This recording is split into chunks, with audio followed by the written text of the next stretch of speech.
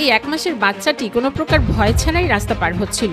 বাচ্চাটির ভাগ্য স্বয়ং সৃষ্টিকর্তাই লিখেছিলেন, যে কারণে একটা গাড়িও তাকে স্পর্শ করতে পারে না। এমনকি ভারী মালামাল বহনকারী ট্রাকও তার উপর দিয়ে এমনভাবে যায় যেন মশা উড়ে চলে গেল।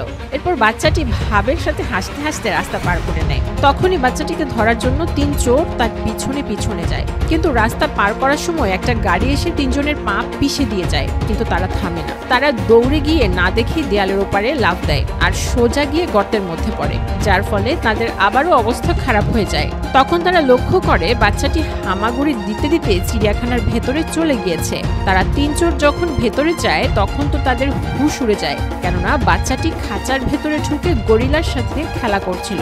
এটা দেখে তো ৩ জনই কাঁদতে থাকে, কারণ এই বাচ্চা এখন তাদের হাত থেকে বেরিয়ে গিয়েছিল। তখনই এই লোকটা বাচ্চার জুতোর ফিতা ধরে তাকে বাইরে বের করার চেষ্টা করছিল।